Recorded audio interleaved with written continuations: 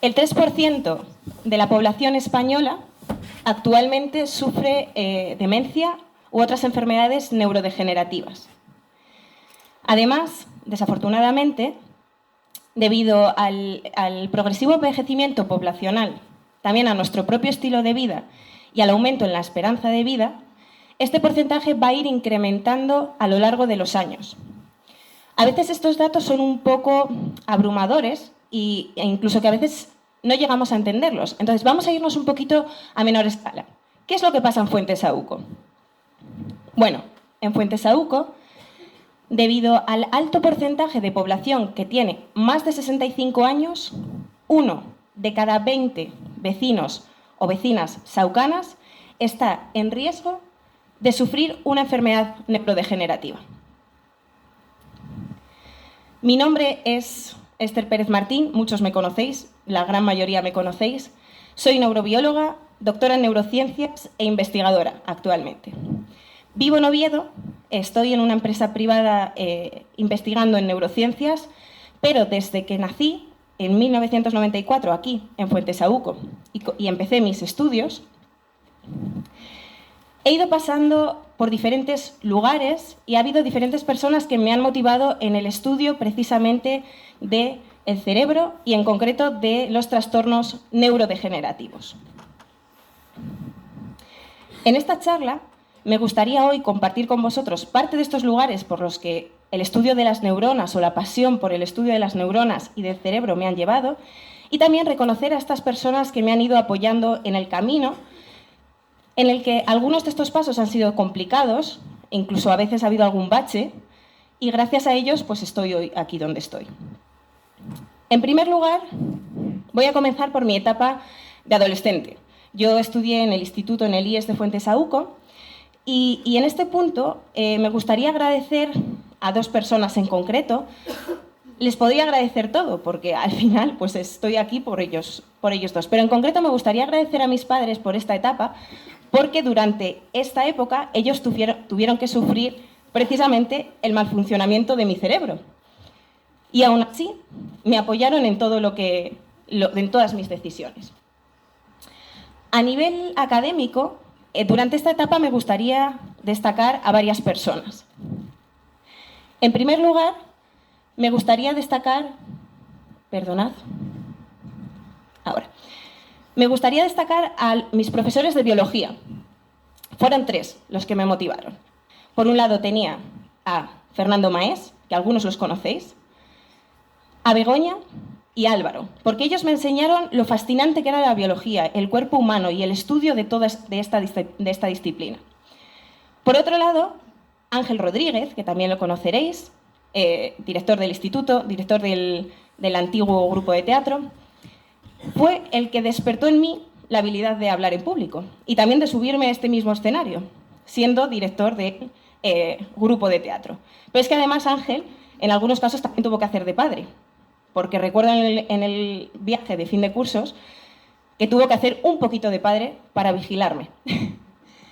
Luego después también, por último, me gustaría destacar de profesor a Ángel Martín, de Villascusa, profesor de Física y Química. Este profesor lo que me cedió fue la oportunidad de conocer en profundidad la vida de Marie Sklodowska-Curie.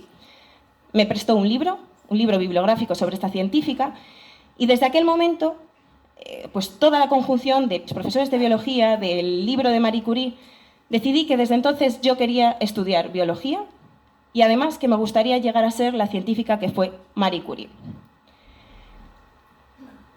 Con toda esta vorágine de todas las emociones que se viven en el instituto, en el 2012 me mudé a Salamanca, 32 kilómetros de aquí, no muy lejos, y empecé mis estudios de grado de biología en la Facultad de Biología. Durante esta etapa me gustaría destacar a nivel personal 2 personas que fueron 2 pilares fundamentales durante esta etapa, que fue mi hermana Elena y mi compañera de carrera Irene. Porque ellas 2 fueron compañeras con las que compartí no solamente techo, que fuimos compañeras de piso, sino también nuestros estudios, nuestras alegrías y nuestras preocupaciones. Por otro lado, a nivel más académico, incluso un poco profesional, destacaré a un par de profesores. Pero para ponerlos en contexto, me gustaría deciros que, de forma paralela a los estudios de biología, yo durante el primer y el segundo curso de biología tuve la oportunidad de tener como un primer contacto con las neurociencias. Yo en la carrera estudiaba muchos conceptos diferentes, muy amplios, pero durante estos 2 primeros años, gracias a unos profesores, a David, Eduardo, Conchilillo y Rosario Arévalo, profesores y después compañeros del Departamento de Biología Celular y Patología, pude empezar a estudiar un poco más sobre las neuronas, un poco más sobre el sistema nervioso.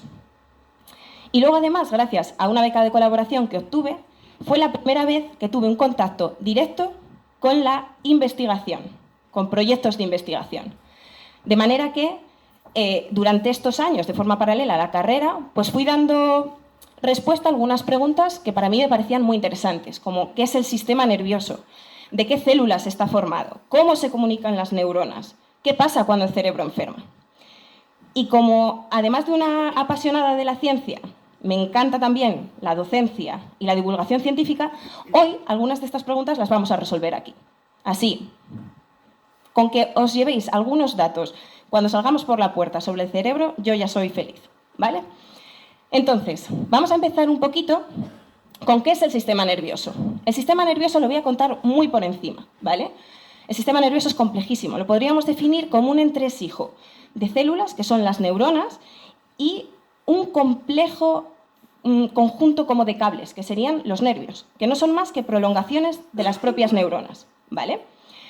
Además, la organización es un poco compleja también. Tenemos aquí en esta imagen que podéis ver como una representación del sistema nervioso en diferentes perspectivas.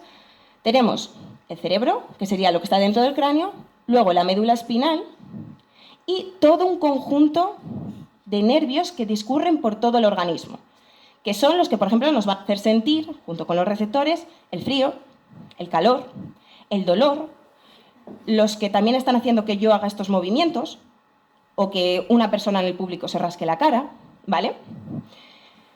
¿De qué células está formado? Casi todo el mundo, siempre cuando hablas de sistema nervioso, ¿qué te dicen? Neuronas. Vale, sí que es verdad que son los protagonistas principales. Sin embargo, hay otras células que son muy importantes y que ya incluso Cajal, en 1800, ya las dibujaba en sus ilustraciones, como veis en esta imagen. Aquí vemos unas neuronas, que en concreto se llaman las células de Purkinje, y estas células pequeñitas son las células gliales. Juntas, neuronas y células gliales trabajando conjuntamente son imprescindibles para que se lleve a cabo el impulso nervioso, que es el lenguaje de las neuronas. ¿Qué son eso de los impulsos nerviosos? Pues básicamente, al final son como pequeñas descargas eléctricas que se producen en las neuronas. Una neurona produce una descarga eléctrica y esa descarga eléctrica se la transmite a otra neurona. Esa neurona produce esa descarga eléctrica y así todo un conjunto de neuronas disparan y es como se produce, por ejemplo, un pensamiento, una idea o un movimiento como levantar yo el brazo, ¿vale? Para que esto funcione correctamente, las células que he dicho anteriormente tienen que estar completamente sincronizadas y que respondan correctamente y sobre todo que estén vivas. Porque ¿qué es lo que ocurre cuando el cerebro enferma? Las afecciones del sistema nervioso son multitudinarias, son muy diversas. Algunas de las más conocidas son, por ejemplo, la depresión, dolor, tumores, lesiones en los nervios, Parkinson, esclerosis múltiple y Alzheimer. Precisamente estas 3 últimas, Parkinson, esclerosis múltiple y Alzheimer, son 3 de las enfermedades neurodegenerativas más prevalentes actualmente y quizá las más conocidas. En este caso lo que ocurre puede ser o bien que las neuronas dejen de funcionar, a veces las neuronas funcionan en exceso, otras veces las neuronas simplemente mueren, o sea que la diversidad de la patología es muy amplia. Con todo este bagaje de conocimiento, en el 2016 pues decidí especializarme aún más en el sistema nervioso. Ya había terminado la carrera y dije, voy a estudiar más las neurociencias en profundidad. Y así empecé este máster universitario en la Facultad de Medicina, también en Salamanca. Durante esta etapa no solamente me empapé del conocimiento más puntero que había en el sistema nervioso, cómo tratar las enfermedades, sino que además es donde realmente inicié como mi vocación. Por un lado, mi vocación científica, y además tuve la suerte de poder ya iniciarme en un proyecto como tal de investigación en el laboratorio de plasticidad neuronal y neuroreparación. En este caso, me gustaría además poder un poco visualizar qué es lo que hacemos los científicos. A veces se nos trata de los científicos locos, todo el mundo tiene en la cabeza esa idea de ese científico loco con la bata blanca, los pelos revueltos. Muchas veces estamos así, sobre todo cuando hay que finalizar papers, acaba los proyectos, hay que acabar de redactar todo. A veces sí que nos parecemos a los científicos locos, pero de forma general solemos ser personas normales. Pero ¿qué es lo que hacemos en los laboratorios? En los laboratorios, los neurocientíficos y otros investigadores no podemos trabajar directamente con humanos, ¿vale? Tenemos que trabajar con modelos animales. Y en mi caso trabajé con un ratón, el ratón PCD. El nombre nos da igual, pero yo tengo que mostrarlo porque ha sido muy importante para mí durante todos estos años. Entonces, este ratón sufre una muerte neuronal de unas células en concreto, que son estas que muestro aquí, ¿vale? Y lo importante de este modelo es que recapitula todos los signos y los síntomas de una enfermedad neurodegenerativa que afecta a niños. Por lo tanto, es un modelo idóneo para poder evaluar el carácter neuroprotector de diferentes moléculas. Y esto es precisamente lo que hice durante mi máster. En el máster lo que probé es a evaluar qué efecto tenía un fármaco, la OEA, sobre este modelo de neurodegeneración. Entonces administrábamos este fármaco y lo que hacíamos era ver si por un lado ralentizaba la muerte de las neuronas y si recuperaba las funciones que se habían perdido tras la muerte de las neuronas. ¿Esto cómo lo hacemos los científicos? Porque a veces es complicado imaginar cómo se hacen estos experimentos. Perdonad.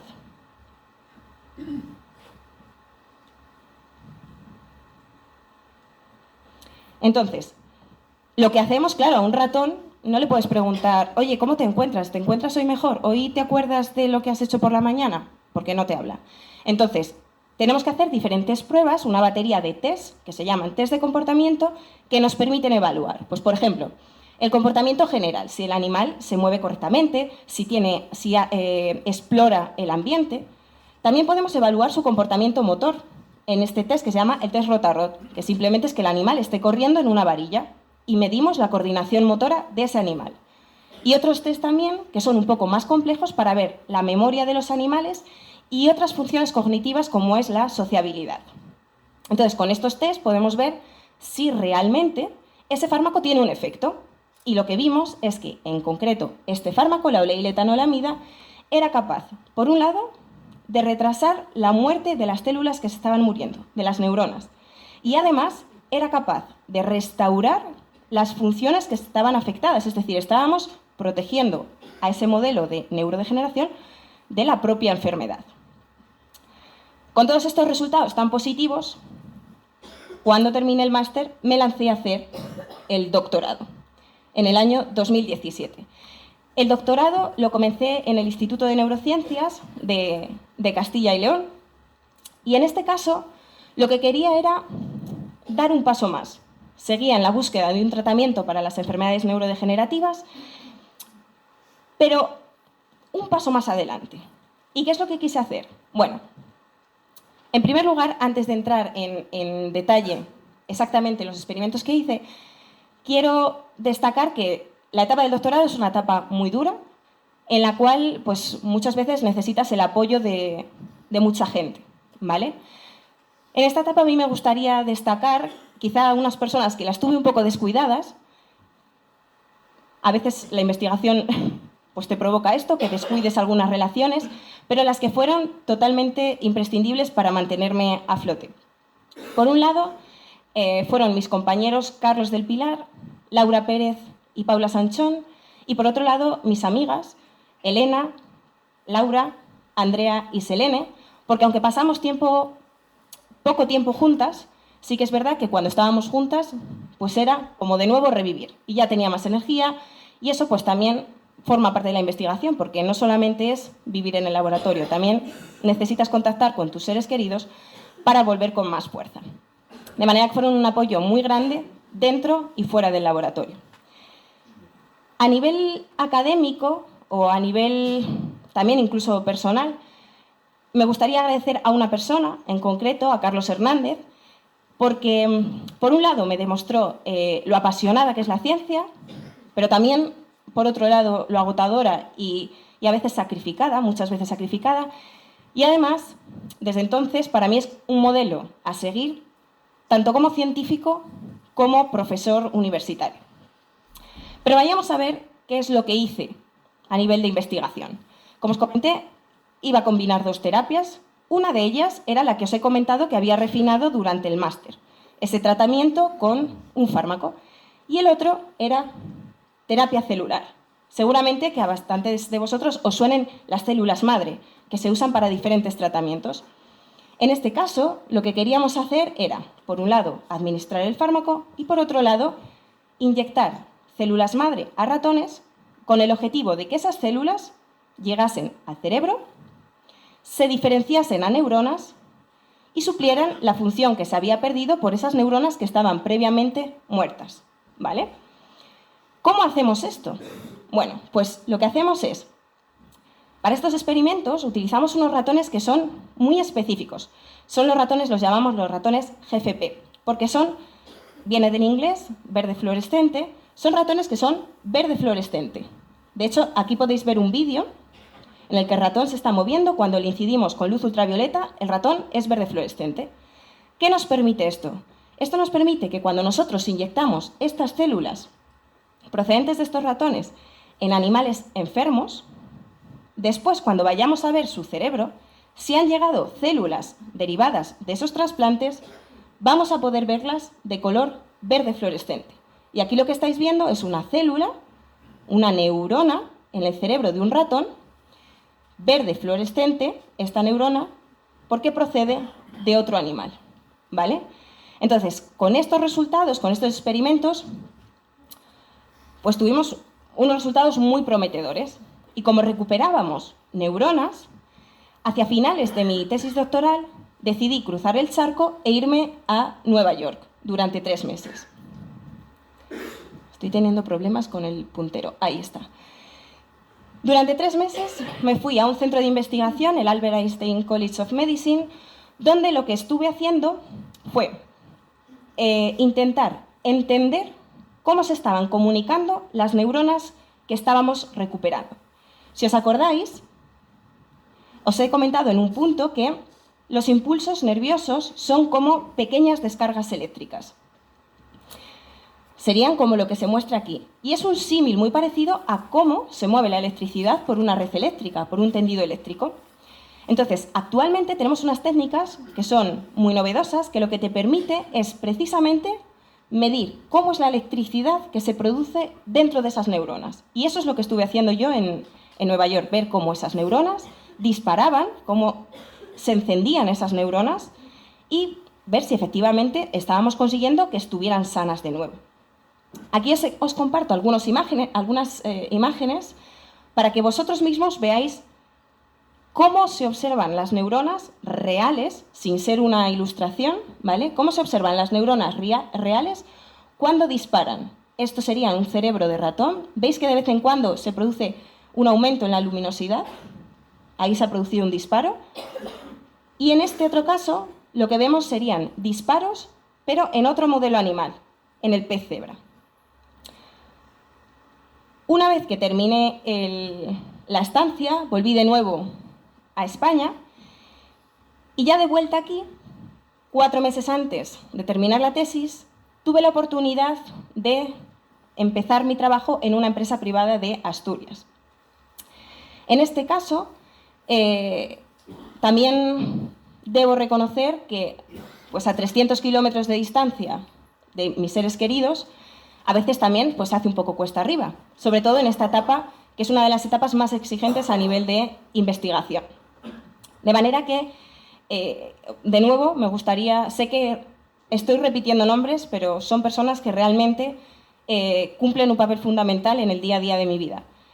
Y en este caso me gustaría agradecer a 3 de mis seres queridos que, aun estando pues, a 300 kilómetros de distancia, hacen cada día pues, que sea más llevadero, y estos son mis padres y Carlos. Aquí me gustaría hacer un poco de reivindicación. La etapa postdoctoral es una vez que has terminado la tesis y es una de las etapas en las que tienes que ser más productivo. Tienes que ser el mejor de los investigadores que hay. De manera que a veces pues, es un trabajo muy sacrificado, muy exigente, y además a todo esto hay que sumarle que muchas veces hay una falta de financiación para hacer la investigación, y que muchas veces también tienes un contrato que te dura 3 años, pero llega un momento que a los 3 años se acaba. Entonces, a todo el estrés de hacer la investigación tienes que sumar el estrés de buscar una financiación, porque después, si se termina el contrato, se termina la investigación. Y por ello es importante aquí el apoyo de la familia, el apoyo de los compañeros y el apoyo de los amigos. ¿Qué es lo que estamos haciendo ahora mismo en esta empresa privada y también en colaboración con la Universidad de Oviedo, que es con los que estoy trabajando? En esta empresa lo que estamos interesados en desarrollar terapias innovadoras, también para hacer frente a la neurodegeneración, pero en este caso con un enfoque un poco diferente. Antes de empezar en detalle a ver cómo es este dispositivo que desarrollamos, me gustaría comentaros una particularidad de nuestro sistema nervioso, del cerebro y la médula espinal. Seguramente hayáis oído hablar que nuestro cerebro está rodeado y bañado por un líquido. Este líquido es el líquido cefalorraquídeo. Aquí, por ejemplo, lo tenemos representado como con estas flechas, cuál es el flujo de este líquido cefalorraquídeo. Y es muy importante porque nos sirve como amortiguador, es decir, evita que cuando nos damos un golpe en la cabeza se produzca un traumatismo interno.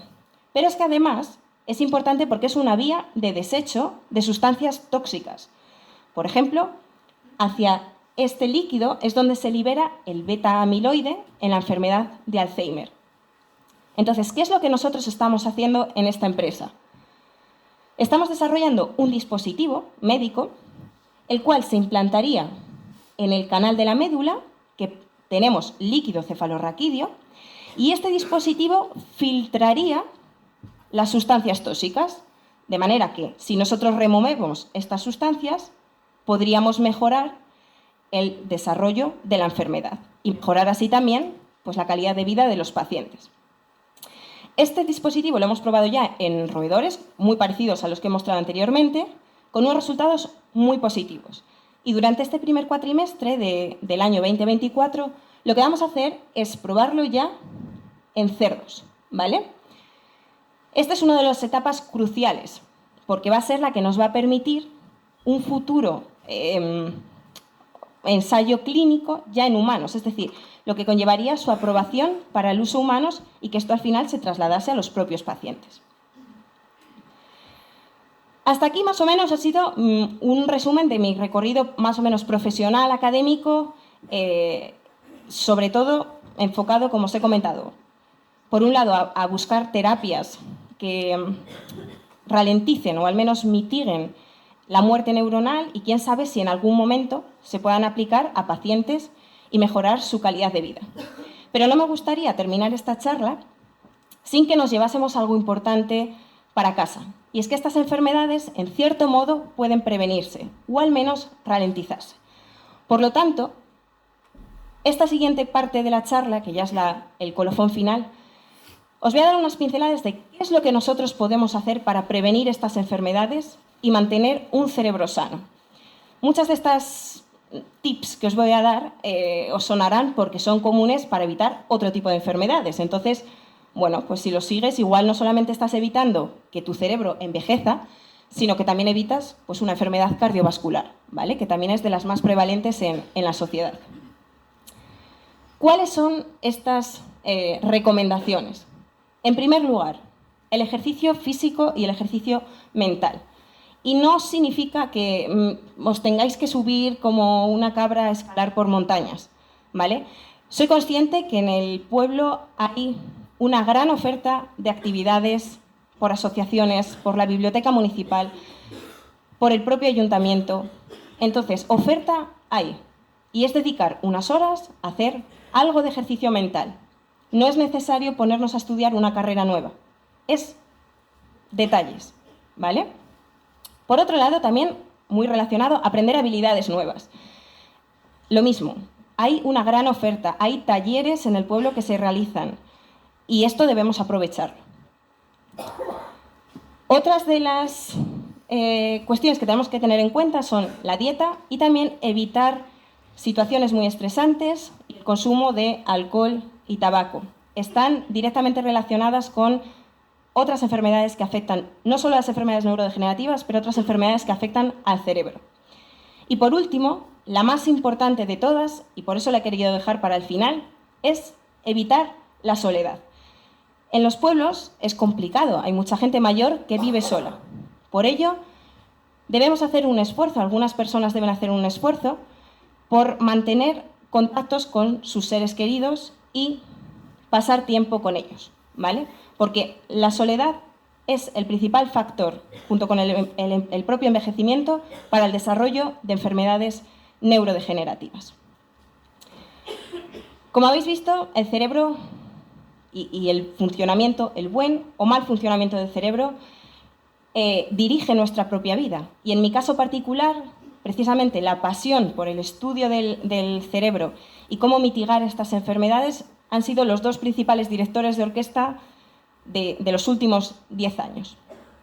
Y está en vosotros también, un poquito, en cierta medida, la que podamos, en intentar vosotros también, en cierto modo, dirigir vuestra vida y que no sean los hábitos los que dirijan pues, qué enfermedades tenemos o qué enfermedades desarrollamos. Por último, y no menos importante, llega el momento de agradecimientos. Vuelvo a reiterarme, la mayor parte de las personas que he nombrado voy a volverlas a nombrar ahora, son ellos a los que tengo que agradecer el estar aquí precisamente, son ellos los que muchas veces me han apoyado y sobre todo me han empujado a conseguir los logros que he tenido y por ello son logros para ellos también, no solamente míos.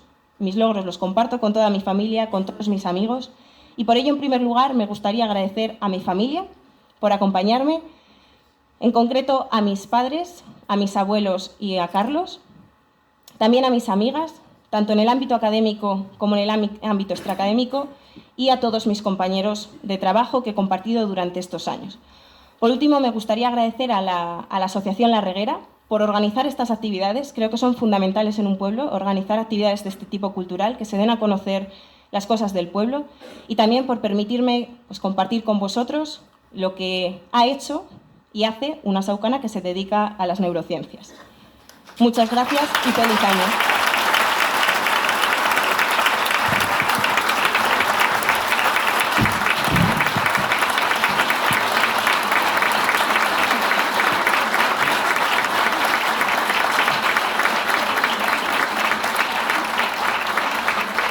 Más claro imposible, ¿no?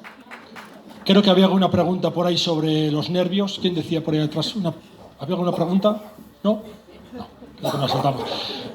Particularmente creo que mientras sigas investigando, yo creo que nuestra salud mental está garantizada. Así que por favor sigue investigando. A ver si garantizo yo la mía. Únicamente, sí, por favor, si os podéis poner de pie vuestros los padres y Carlos que están aquí presentes, un aplauso también extensivo también para ellos. Os ponéis de pie, por favor. Ven aquí. Carlos, ¿saludas? Vale. Muchas gracias.